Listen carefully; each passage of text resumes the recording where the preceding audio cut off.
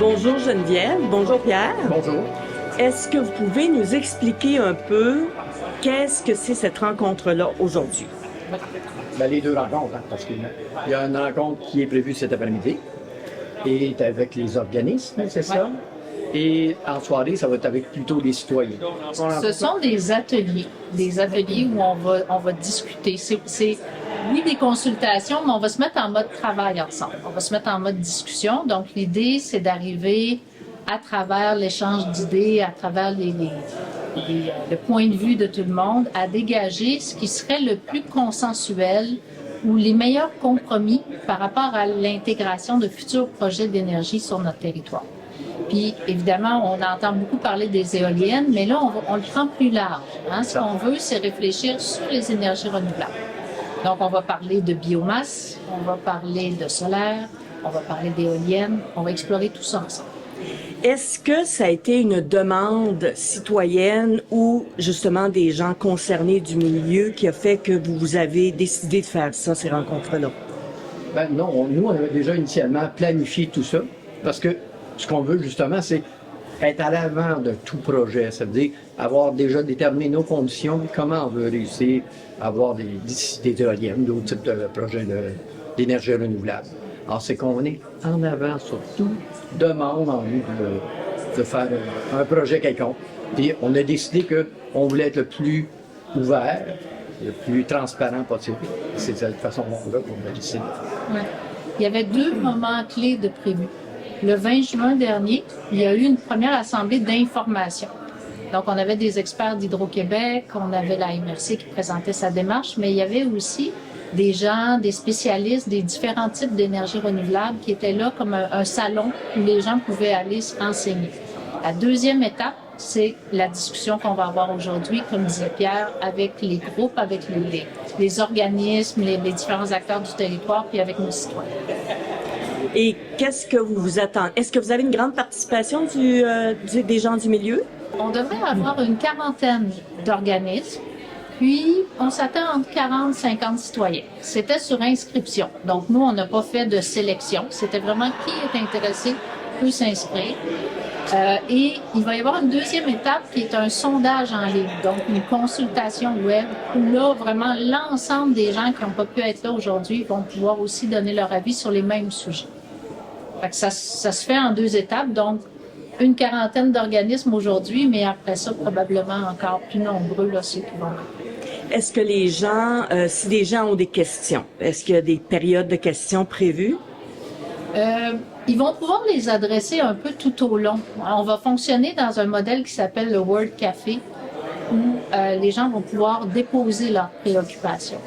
Puis nous, sur le site de la MRC, il y a déjà beaucoup d'informations, mais s'il y a des questions qui ressortent justement aujourd'hui, on va y apporter une réponse après. On va s'assurer que les questions des gens soient répondues. Mais le mode d'animation va favoriser justement le dépôt de tous les questionnements, les préoccupations que les gens peuvent avoir. Alors, on est à Racine. Monsieur Marie Côté, maire de Racine. Votre message. Tout le monde applaudit. Je vais prendre 2 minutes pour vous souhaiter la bienvenue dans notre centre communautaire fraîchement rénové. C'est la première activité qu'on a dans la grande salle. Vous excuserez, il y a des petites choses qui sont pas tout à fait finies. Je pense qu'on va être correct après-midi. Je vous souhaite une bonne après-midi de discussion. Donc, bonne réflexion. C'est thématique de venir à Racine, étant donné que le centre communautaire en construction, on s'est dit on est en train de le construire nous aussi, donc pourquoi ne pas aller sur un chantier? Alors, M. Pierre Tétrault, maire de Valcourt et préfet de la MRC. Merci beaucoup. Alors, bonjour à tous. Bienvenue à cet atelier participatif réalisé dans le cadre de notre démarche de réflexion sur les énergies renouvelables. Et je suis heureux de vous voir en si grand nombre aujourd'hui.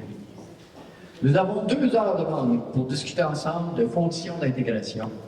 Nous sommes accompagnés de Julie et Marc de la firme Vote pour ça, ils sont là, oui, pour réaliser cette consultation. Et nous expliquerons dans quelques minutes le déroulement de notre rencontre entre nous et Geneviève. Nous sommes chanceux de pouvoir prendre le temps de réfléchir ensemble, car comme mentionné au printemps, nous n'avons aucun projet sur la table qui nous presse. Je nous souhaite des échanges dans le respect, en permettant à toutes et à tous de s'exprimer librement et de façon constructive. Alors, merci encore de votre présence et je passe la parole à Geneviève Giasson, excusez-moi, la DG de l'AMS. Bienvenue. Très contente de vous voir en grand nombre. Donc, vous savez, cet après-midi, c'est la rencontre des acteurs du territoire. Et ce soir, c'est la rencontre avec les citoyens, qui va fonctionner dans le même modus operandi que Vote pour ça va nous présenter dans le détail tout à l'heure. Mais c'est vraiment une étape super importante aujourd'hui. Puis, moi, je vais avoir la chance de me promener, de butiner, de vous écouter. J'ai très, très hâte de vous entendre et de voir le fruit de nos discussions. Alors, je vous rappelle un petit peu la démarche dans laquelle on est. Donc, toute la démarche qu'on a entreprise au printemps, justement, de cette année, elle vise à définir notre vision, notre position, nos conditions autour de la transition énergétique. Hein. On est au Québec dans un contexte de transition énergétique. Donc, de réfléchir comme territoire, comment on veut se positionner, et qu'est-ce qui est acceptable pour nous ou qui ne l'est pas par ailleurs. Donc, 3 objectifs. Comprendre les changements qui sont en cours au Québec en matière énergétique. Donc, vous trouvez, entre autres, sur le site de la MRC, beaucoup d'informations sur les différents types de production d'énergie, les enjeux. Donc, on va continuer à alimenter la page de la MRC dans ce sens-là. Identifier les enjeux et opportunités de la transition énergétique pour nous, pour le Val-Saint-François. C'est pas nécessairement la même chose pour ici que ce l'est pour le nord du Québec ou pour l'est du Québec, là, les territoires comme le Bas-Saint-Laurent ou la Gaspésie. C'est d'autres enjeux, donc les définir. On a 2 livrables, 2 choses sur lesquelles on se concentre particulièrement. Premièrement, la production d'un guide qui va être vraiment un outil formel que vous allez pouvoir tenir dans vos mains, qu'on va pouvoir se partager, qui vise à définir notre positionnement comme territoire, les conditions d'intégration de futurs projets, puis qui va comporter aussi toute une partie technique qui va s'adresser à des futurs promoteurs qui voudraient comprendre, connaître quelles sont les règles ici, les règles d'urbanisme, par exemple, les règles qui sont conclues dans le schéma d'aménagement, vont faire partie aussi de ce guide-là.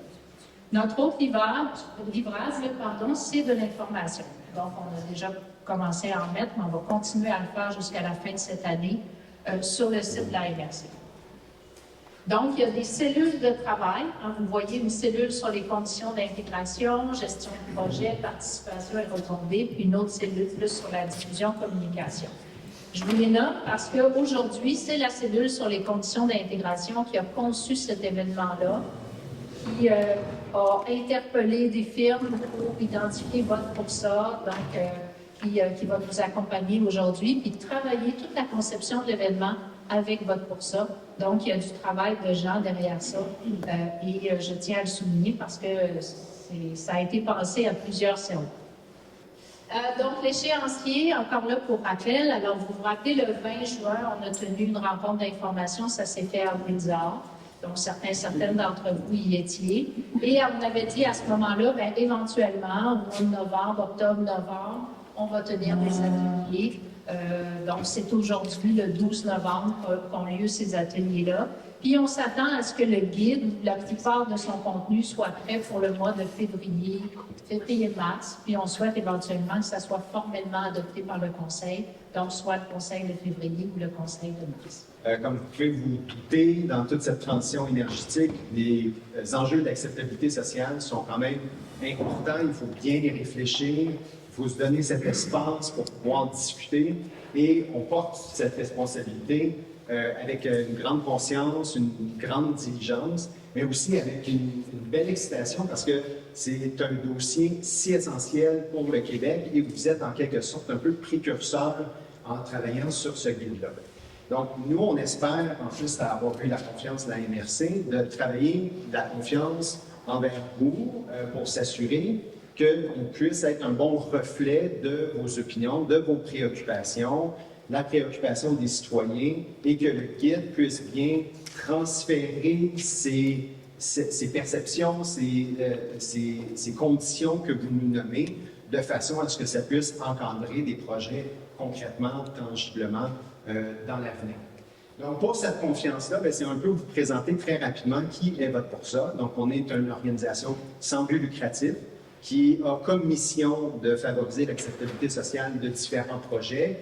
À travers nos 10 ans maintenant, on a récolté plus de 34 000 contributions citoyennes sur un ensemble de sujets partout au Québec. Donc, on a quand même une bonne expérience à aborder différents types de sujets et on commence à développer une certaine expertise en action climatique donc pour essayer de comprendre les enjeux d'acceptabilité sociale dans ces efforts de transition qu'on a besoin d'aborder. Donc, les objectifs de l'atelier aujourd'hui, ce soir, mais de façon plus globale dans les autres actions de consultation qu'on va faire, notamment avec un questionnaire en ligne qui va se dévoiler en décembre, c'est d'explorer les facteurs d'acceptabilité sociale.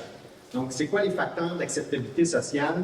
C'est les 1001 petites et grandes conditions qu'on peut identifier dans toutes les 4 types d'énergie qu'on va aborder avec vous, et d'en dégager des critères, des facteurs plus englobants pour vraiment orienter le développement de projets pour les prochaines années.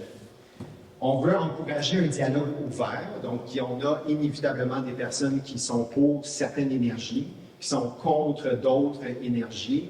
Il y en a qui sont davantage affectés par les impacts de certaines de ces énergies-là, tandis que d'autres vont avoir moins d'impact. Donc, toute cette variabilité-là de vos expériences, de vos considérations, il faut qu'on ait une relation de dialogue ouvert à partir duquel, à travers des arguments d'opposition ou des arguments de promoteurs, d'être pour certaines énergies, on veut dégager des éléments de consensus. On veut dégager des conditions sur lesquelles on va être en mesure d'inclure le plus de considérations possible. Ça, c'est vraiment dans un des objectifs globaux de notre monde. Définir des conditions d'intégration adaptées au contexte local. Donc, on sait que sur un territoire, certains contextes sont plus favorables à certains types d'énergie, d'autres. Donc, cette variabilité-là, évidemment, on la prend en considération. Par contre, nous, on n'est pas les experts de votre territoire. Vous l'êtes, la MRC l'est. Donc, on doit s'appuyer sur la qualité de vos contributions, sur la profondeur de vos contributions. Et donc, n'hésitez pas d'ajouter si à la fin de la journée, vous sentez qu'il y a encore un peu plus à donner. Nous, on a toujours la possibilité de nous écrire, on intègre vos considérations et on est en mesure d'avancer avec cette pleine lecture. Donc, on essaie de trouver une façon de participer qui permet à tous de partir d'un même point de départ, mais avec la perspective de départ que vous avez tous, qui peut être très, très, très variable. Donc, la première étape de notre activité, c'est une activité de page blanche. Donc, vous le voyez, vous avez une page blanche devant vous, justement, et on va vous inviter à questionner quels sont les différents critères qui rendent le type d'énergie devant vous acceptable à vos yeux, mais avec des conditions. Inacceptable, sauf si on pense à certaines choses. Donc, on veut vraiment vous permettre d'avoir la flexibilité d'aborder le sujet à partir de votre point de vue, de vos préoccupations, de votre réalité. Donc, c'est pour ça qu'on a une première activité, page blanche. L'activité va se dérouler en 4 temps parce qu'on veut avoir vos opinions sur l'ensemble des 4 énergies qu'on aborde. Donc, dans un premier temps, on va prendre un peu plus de temps dans un premier temps avec l'énergie que vous avez devant vous. Mais après ça, on va se permettre des rotations. Vous avez eu un petit papier qui vous indiquait 4 lettres. Donc, on va réafficher au moment des rotations, puis vous allez pouvoir changer de table. Vous allez pouvoir voir ce que les autres ont contribué sur cette page blanche, la bonifier, être en accord, être en désaccord. Vous allez pouvoir l'améliorer. Et à chaque rotation, vous allez faire des 4 énergies. Ça va vous donner une idée non seulement de ce qui est important pour vous, mais aussi qu'est-ce qui est important pour les autres. Donc, ça vous permet de comprendre la posture et les préoccupations de tous. Et on va venir discuter dans un deuxième temps en grand groupe pour vous les présenter. C'est évidemment pas l'ensemble des commentaires que vous avez contribué, mais ça va au moins nous donner un espace collectif pour échanger ensemble, puis définir ensemble quels sont les critères qui vous semblent c'est un point de non-retour. Si on n'a pas ces critères-là, on ne pourra pas générer de l'acceptabilité sociale de ces projets-là. Ces projets-là ne sont pas faits pour notre territoire. Donc, ça nous donne cet espace de dialogue ensemble. Puis comment ça s'est passé cet après-midi avec les intervenants du milieu? Oui, ça a très bien été. Je pense que les gens ont vraiment apprécié cet après-midi. C'est un espace de discussion, là. Il n'y a pas de solution. On écoute ce que les gens ont à nous dire. Il y a des questions vraiment, là, c'est un peu dirigé dans le sens que tel sujet, on veut vous entendre là-dessus. Et les gens, à la fin, j'étais un peu à la sortie, puis les gens étaient très satisfaits de ce qui s'était passé.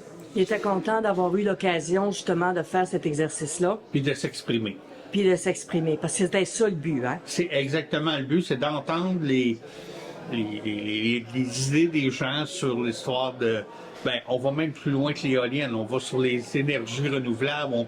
Ils vont parler de panneaux solaires, le solaire. On parle même de géothermie, de plein de choses. Donc, à ce moment-là, les gens peuvent aussi donner leur opinion.